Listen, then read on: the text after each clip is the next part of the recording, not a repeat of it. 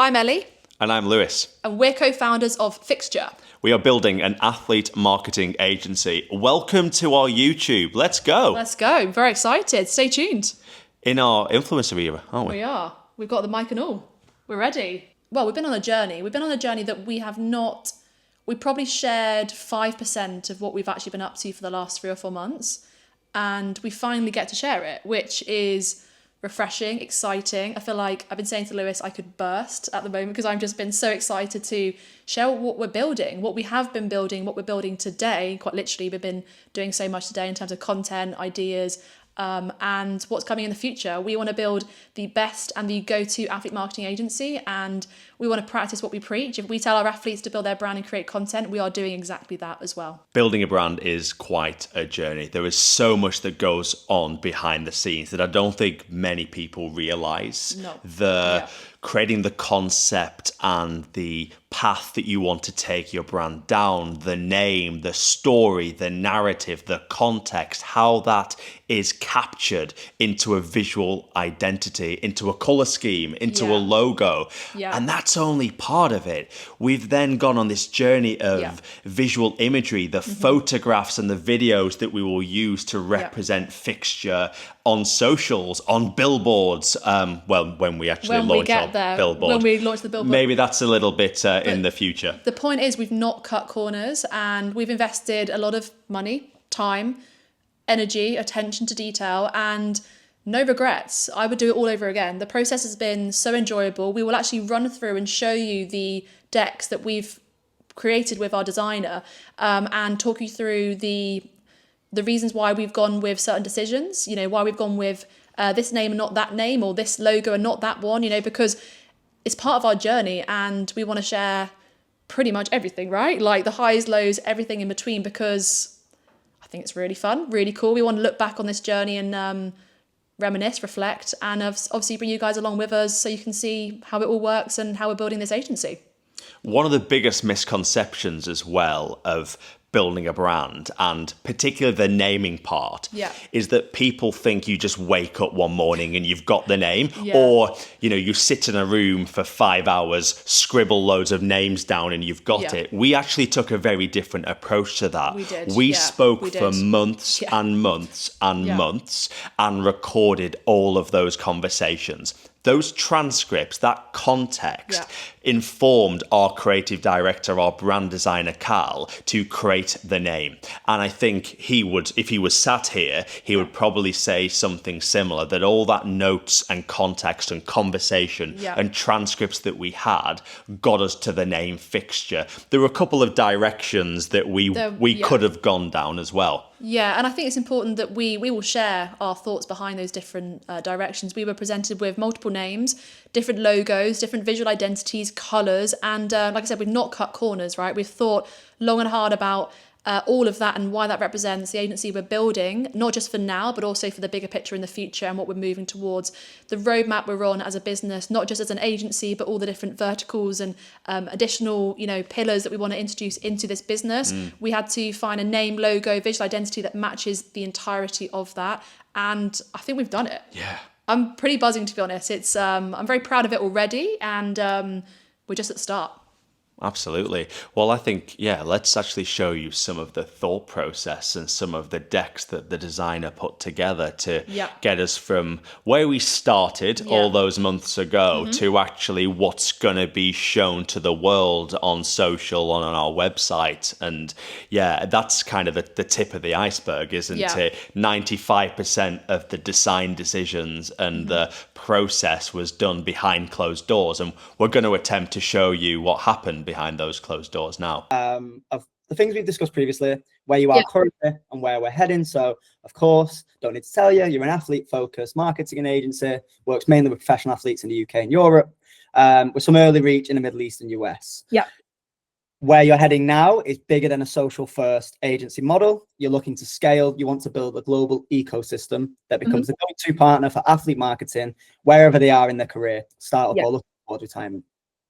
That means that the agency arm that can cover brand, content, and commercial, but also media brands that talk directly to culture that we've discussed.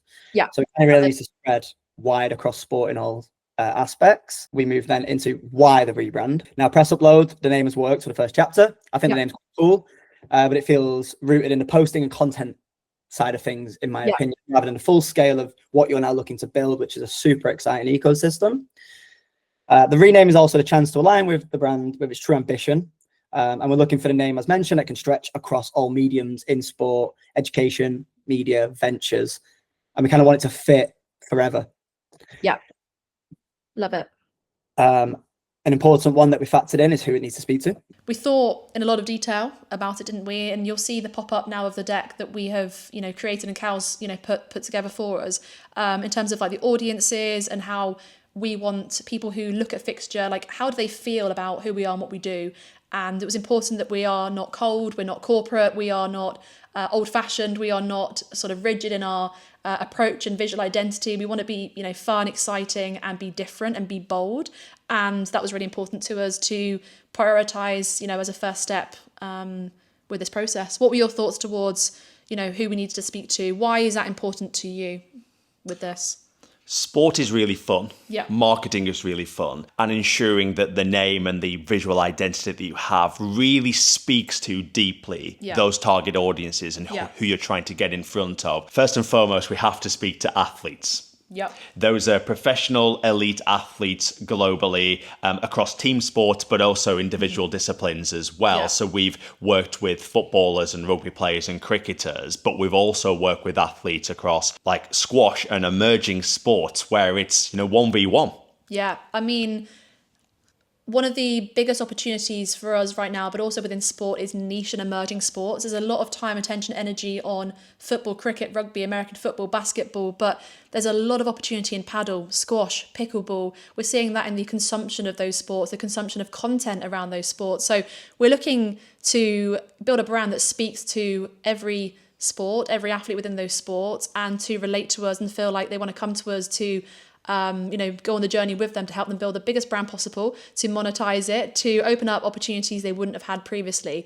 And that was important to us. It sounds like a pretty big challenge to sort of come up with a brand that speaks to all these people in the right way. But like I said, I'm really proud of what we've come up with. And I think we do just that, which is great. It needs to feel natural in the dressing room. That's something we spoke about a lot. Yeah. To say that I'm with Fixture, I am represented by Fixture. Yeah. It needs to feel like an athlete marketing and an athlete management agency, and that's exactly what we are. Yeah. So I think the brand and the identity that we've gone for in this direction absolutely does that. And we're also having a lot of conversations with sporting governing bodies and senior stakeholders across a range of sports. So we couldn't have a brand that just spoke to athletes, though that is our priority, that's the focus. We've also been in the room with agents and senior directors and senior stakeholders of governing bodies in sport. So that was an important consideration as well as brands and commercial partners. Fans as well, like there's a huge rise of fan engagement and thought towards fan engagement. So we need to build a brand that is athlete driven, athletes at the forefront of it, but ultimately fans can understand who we are, what we do, and the athletes we work with, their fans understand that they're working with Fixture, that we're on their team, and we're on the journey with them. That's really important to us as well. And like Lewis said, the sporting bodies, clubs, agents, brands, like it is hard to brief Cal, our designer, and say, hey, look, here's who we are, what we do. This is our roadmap, which is a pretty extensive roadmap, and we want to achieve really big things. But like I said, I'm really proud of what we've come to, and I think it speaks to all of sport's key people. And I'm excited to share it. Yeah, we can share a little bit more about this. So athlete first, culture led, built to scale. We were saying perhaps this will be something we talk about more internally within the business, but ultimately externally as well. I think it makes sense for the most part. I think we've talked about maybe needing to add a few layers to this to make people understand exactly what we mean by athlete first, culture led, built to scale. But what are your thoughts towards that? When Cal showed this, I was like, this is sick. Like, this looks really cool. What does this mean to you? Athletes are at the centre of everything that we do. We are an agency for athletes. We're building brands for athletes. We hopefully play a really key part in the success that they have, both on and off the field. That's the role of a partner to a professional athlete. You want to be by their side and supporting them. In their so corner. Athlete first obviously makes sense. That really resonates for us. Culture led, tapping into those cultural and sporting moments that happen. The meme culture, the social media pages that have grown, that we've grown up watching and consuming the content. That's really important that we tap into those conversations and are not seen as this stale agency that lives in what's the word? Well, I think we want to inject a bit of fun, energy, colour, and we were just really conscious that the sports kind of marketing representation landscape has been the way it's been for a very long time. It's quite rigid. It's not evolved with the creator economy, the creator landscape, influencers, brand partnerships, all of that. And we want to give it a bit of a shake up and do things not necessarily differently, but just kind of better and better evolved in terms of 2026 and onwards. You know, we're not in 2010 when we first went onto social platforms, when we were sort of like in our teens. Like, the landscape has shifted and there's a lot of narrative, thought, attention, noise about athlete-driven content, and we're building something that fits the change, fits the shift, and that's been key for us, you know. Yeah, and agencies typically have sort of worked in silo, worked in isolation, and not actually been involved in those conversations that are happening within sport. So that's what culture-led kind of meant to us. Yeah. And then built to scale, our new identity, our new name has to help us both now and into the future. Yeah. It needs to be fit for purpose in 2029, 2030, just as much as in 2026 today. And I think that message of built to scale also translates into the brand building that we're doing for our athletes. Their brands need to be built to scale, not just to get them kind of quick wins, commercial deals, and growth in social followers right now, but actually open doors for them in the years to come.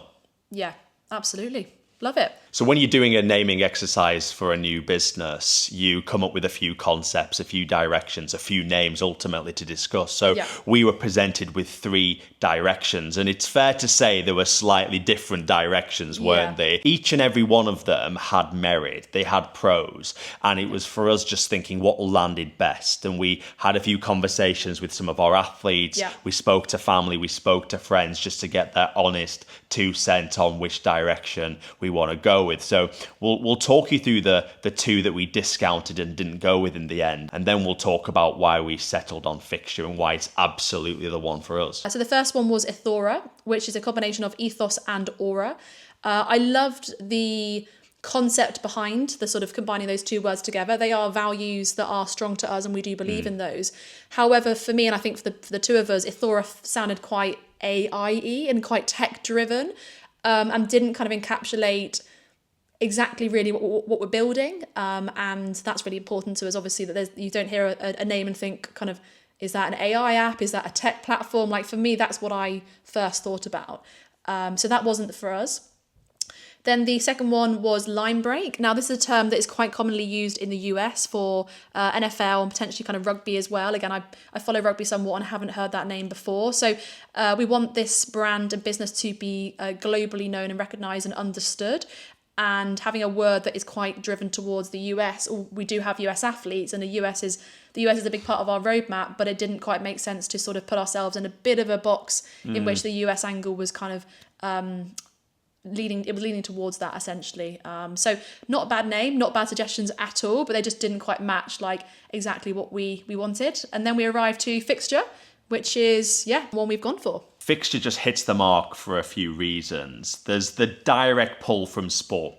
You know, across many sports, there are fixtures. It's something that is fairly universally understood across sports and across locations as well. Having some of the conversations we did in the US, across Europe, and obviously in the UK with our athletes, Fixture landed.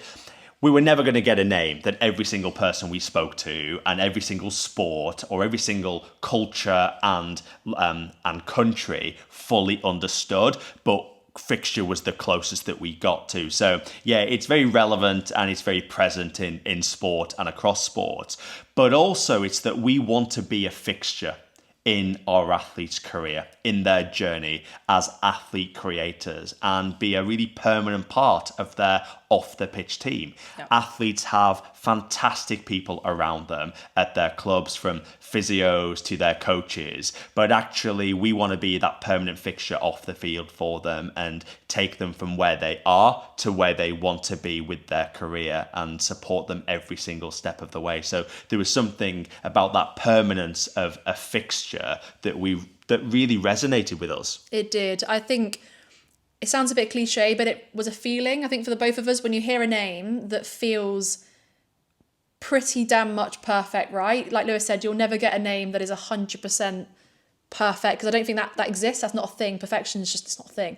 And yeah, it encapsulates who we are, what we do, and what we want to be, the roadmap we're on.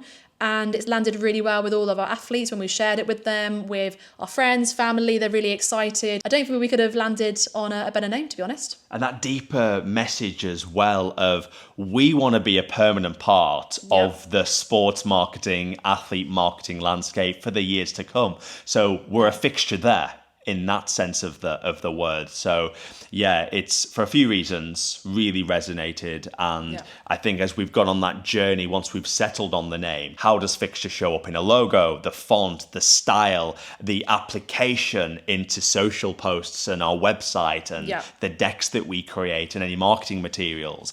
That was the next step for us. I've decided on a name, of course. Went with Fixture. I think excellent choice. I think it's incredible. I think it really fits with what we're trying to build, and it's applied across multiple different mediums. I think it fits and it can be stretched across agency, media, education, etc. The next step now, of course, is to look at how we build this out. With this, we look at the fixture principles. I always do this with logo design. Now that we have the word, sometimes things jump out to you. Fixture itself, I think you'll agree, is a strong typographically strong word. It looks great on its own anyway. But of course, we want to look at design decisions that amplify it and build a brand around. And every mark that we build here needs to work on the contract headers, social avatars, kit patches, eventually across all your sub-brands as well. So we want simplicity at scale that can be applied in an ever-changing landscape. When I sat with the word and figured out what fixture says to me, I compared it to our previous conversations, the logo form you filled in, the deck, the research, and obviously I tie it back to our ethos that I mentioned as a sticking point of athlete first, culture led, built to scale. So we settled on the name Fixture, and we reflected on what Fixture says to us. And it's very forward looking, it's confident, it's bold, with a go-to, but it's tapping into culture and the great sporting moments of our time. And I think that's really relevant as well when we've thought about the logo, right? Yeah, absolutely. So we were thinking about values and kind of words that would help us towards this entire process, right? And, you know, forward, confident, competitive, culture, the go-to, all of that really helped this entire process, right? From giving the brief to Cal, but also the conversations we had with him, and it being a real collaborative effort. The process on reflection just went very smoothly. Actually, it really was a very smooth process. We gave a pretty, I'd say, challenging brief with everything we want to achieve in our time at Fixture, and really happy with what we've put together. This was a quote from our transcript, wasn't it? It was, yeah. To take athletes from where they are to where they want to be. And Cal used that as a bit of an anchor when he thought about the logo and the mark. And looking at Fixture and X, you've got that arrow, that chevron that's moving in that forward direction, as you can see on the screen. It's fast, it's very future facing, and it's without needing much of an explanation or any context around that. And we said we wanted an icon that on its own could embody our brand and capture the spirit of what we're doing as an agency without needing Fixture to be written alongside it. So this chevron lives inside the X, and it rewards those who look closely. That flash of personality that we want our brand to have. This is it. Yeah, it's genius. I'll be honest. I wouldn't have noticed to do it or thought of it, but when Cal presented it, you're just like, wow, it makes complete sense. And again, there's more layers to this. Like we will show the following deck, which shares a bit more color and injection of kind of more kind of vibrancy towards it. But yeah, really genius, loved it. I think my immediate impression to Cal was smashed it, like amazing work. And as you can see here now, the full kind of like fixture logo. Now here you'll see that the word standalone fits, and also the symbol can sit separately. The chevron lives inside the X, but it also maps directly to the brand's mission, taking athletes forward from where they are in point A to where they want to be. And clients will recognize that in their own language in the design. The word mark itself, as mentioned, is confident without being too loud. We wanted bold, we wanted Gen Z focused. This fits and sits alongside culture versus and cultured, but has that splash of personality that the brief was asking for. The chevron, again, is a prefix that can be used across all the brands. I can see this used as fixture agency, media, ventures, with or without the symbol, but they both can fit together in harmony in a landscape that I think fits where you want to take this brand. It's dynamic, it's forward facing, it is strong, it's bold, and that's basically the brief we gave to Cal. Yeah. So you nailed it. We explored a couple of other directions in terms of icon, but we felt very, very strongly, almost immediately, that this was the right route. And with that icon, that chevron alongside the really strong name that we landed on, the next challenge for us was thinking about application in the color that we wanted to use, and also how the logo and chevron actually applies to social media assets and other things. And what's really cool is you'll see from the icon, you can do a lot with it. It's very, very versatile and it's very dynamic. Yeah, and I think this slide in particular for me, when it brings it to life, so you can actually see Fixture, the logo, on billboards. You know, you can see a stadium here, one of the pictures in the top right. And yeah, this for me was when I got my real like burst of energy of like, I love this makes complete sense, it feels right, it reflects what we're building, and it just looks sick, really. I was buzzing with it. Because with some logos, they're really tiny, or the little icon is really tiny that you can't really see it. So Cal obviously put this slide together to show what it could look like on the billboard. That would be fun, wouldn't it? It would be very fun. I'm going to get it around Man United Stadium. You heard it here first. But it really brought the brand to life, and I think that's critical to get our buy-in. And as a designer, that's Cal's goal, because he has this vision in his head as to what he wanted to create. But actually, it was his job to convince us. And this slide for me brought it to life. We had another session all about color, and we were talking about color psychology, the meanings behind certain colors, and what our impressions are of the brands that use a certain color. It was really fascinating. We went down some real rabbit holes about the use of a dark blue and what it means, the use of red, the use of yellow, the different colors. And it's the first thing people feel when they read a word. So when people see our social feed or they see our website, it was important to us that the colour reflected the brand that we were building. Yeah. But we also said from the very, very start that we didn't want the colour to be overpowering. Yeah. And I think it was a phrase that we both landed on. We wanted a flash of colour or a burst of energy.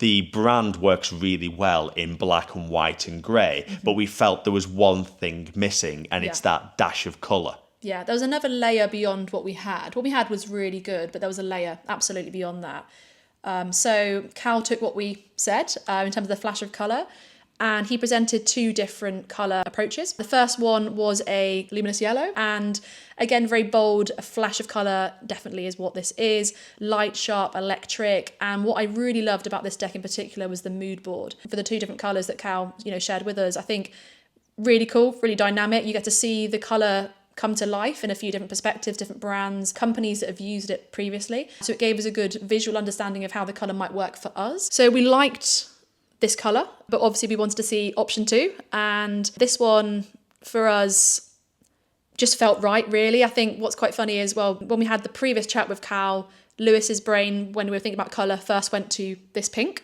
I initially thought, I'm not sure, I really need to see it to feel it. It sounds a bit cliche and cringe, but like I need to sort of see how it would actually look with our logo. I then did a mock-up and thought this looks really cool. So when Cal presented this, we thought he might, because he had spoken about pink on the previous call, and we thought Cal's going in this direction, which he did. And we loved it. We loved the mood board. Again, the examples he showed really brought the colour to life, and we could see and picture how the colour fitted with Fixture across, our logo, across social templates, our website, like Lewis mentioned, across all of it, because the colour has to fit that. It can't just work on our socials and nowhere else. It's got to tick all those boxes, and we felt like it did really, in terms of like the colour palette. So you've got the pink, but also the sort of more neutral colours as well. And we landed on that. And we spoke earlier about Fixture, our brand, tapping into some of those cultural moments. And this mood board really did that. So Nike's product launches for the Mason Mount shoot on the new boots reveal, and some music moments as well.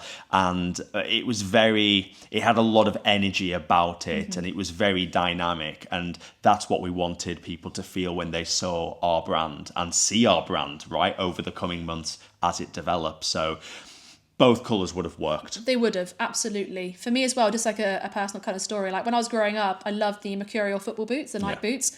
And my favourite player was Ronaldo, and every time he would get a new pair of boots, my poor parents I'd ask them to get me the new pair of boots. And the pink on here really was a permanent kind of fixture of what those boots were. The Nike sort of pink tick, or the Nike boots themselves, or the different colour tick. And I was quite nostalgic about the colour and felt quite connected to it from that sort of reason. But also the mood board just brought it to life, and really dynamic, really bold, really fun. And again, the splash of colour that we were looking for. Once we'd locked in pink as our colour, we could then explore the typography, the primary and the secondary typefaces that we wanted to use for our brand. And we really liked this one. There was just something about it that wasn't as punchy or bold and as imposing as we'd like. And that's why the primary one that we landed on, which is this bold sort of Anton font, it works really well. And I'll show you what I mean by the kind of difference. We kind of mocked up, or Cal mocked up, two variations of a slide that might be in a deck that we put together. And this was the first font, and it just didn't feel like there wasn't an oomph behind it compared to the other one, which was much more imposing. And we're like, that works. Yeah. Again, like, what Cal put forward to us was really high level. We decided quite quickly, because I think we did feel a feeling towards one of them, but ultimately we did have that chat of there's pros and cons, right? We do like both, but we landed on Anton, we landed on the pink, and I love it. I think it's different. We've done a lot of research in terms of what's out there currently, and we want to be different, and we want our visual identity to show that we are being different, and I'm really happy, and I feel like we've done that.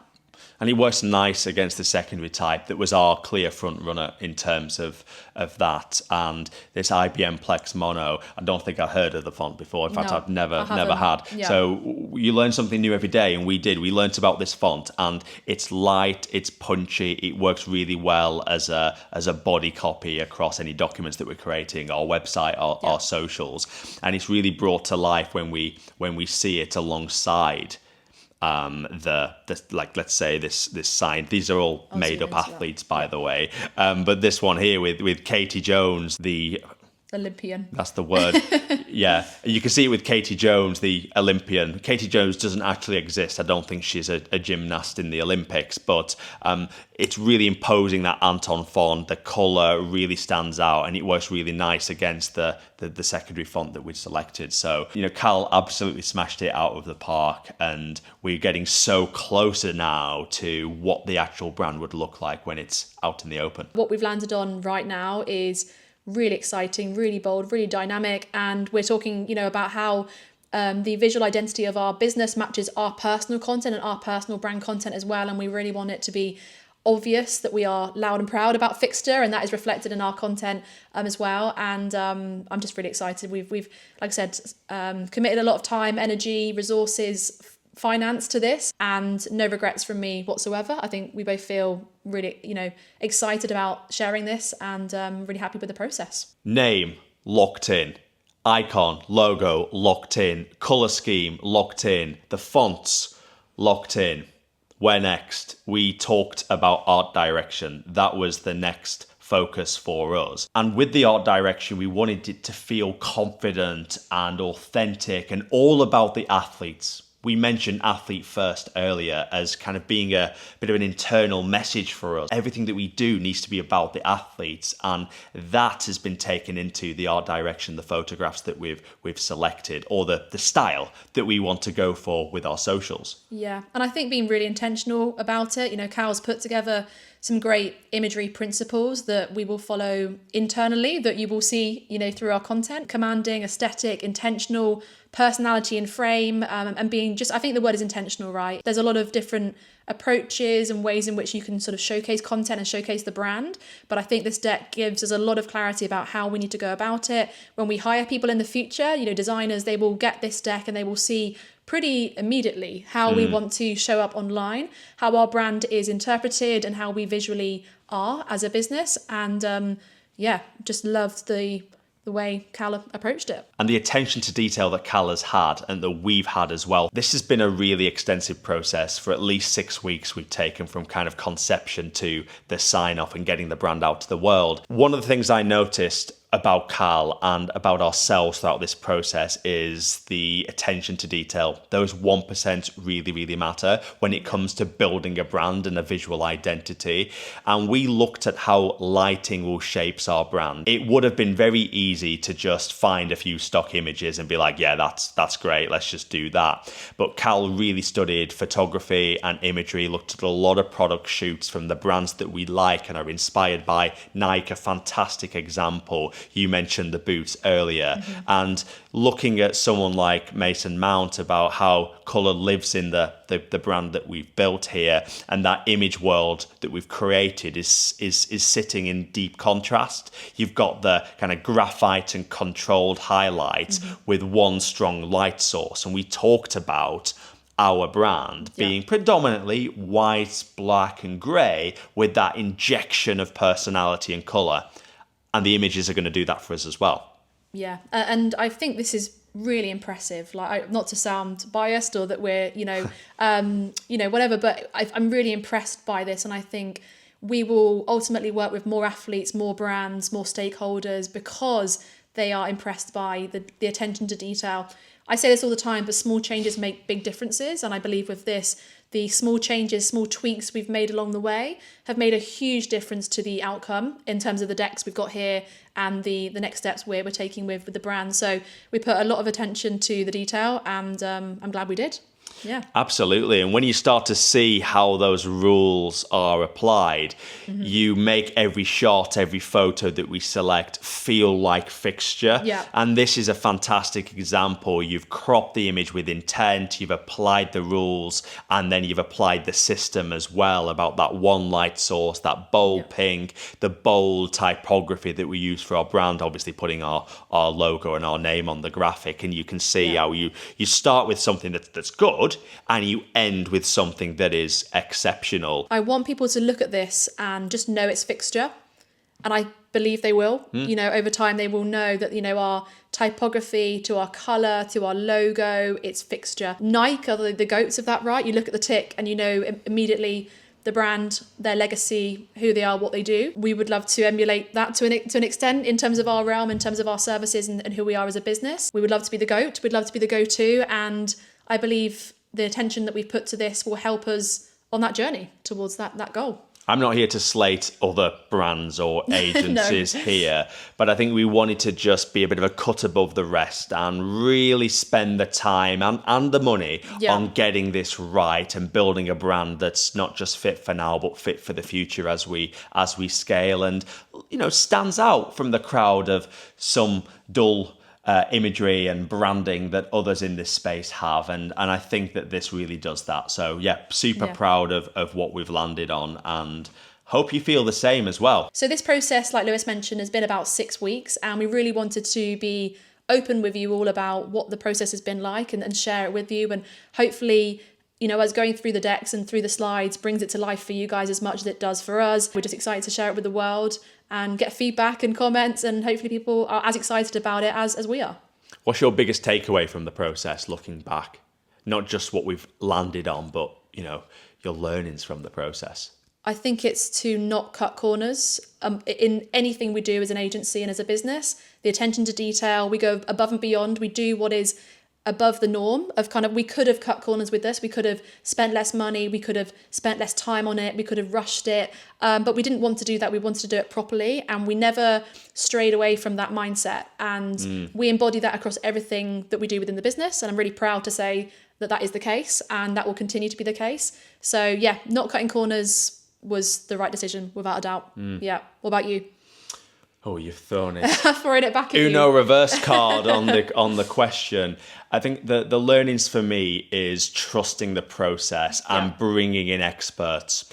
Yeah. You've not seen my Canva skills and you don't want to, but we had to bring in an expert that could just lead this process. We have a lot of things to focus on, and creating a logo, creating a name, and building a visual identity for Fixture was not top of that list. It's just not our area of expertise. So that's my biggest takeaway. Always bring in people that are better than you to lead on particular projects. And Cal's absolutely smashed it out the park with this. I'm super proud. And we've done a lot in the process. We have, We really just talked and talked and got our ideas that are in our head onto paper, onto a transcript, and sent over to Cal. And that's been our role in the process. Yeah, and you will have seen clips throughout this video of the calls we had with Cal. So you can see the genuine conversations that we had. We've obviously gone deeper in terms of our reflections now, but we want to show you across the 6 weeks how our thoughts, perspectives changed. And I think that's really cool for you guys to see. So hopefully you've enjoyed it. Bye-bye. Bye.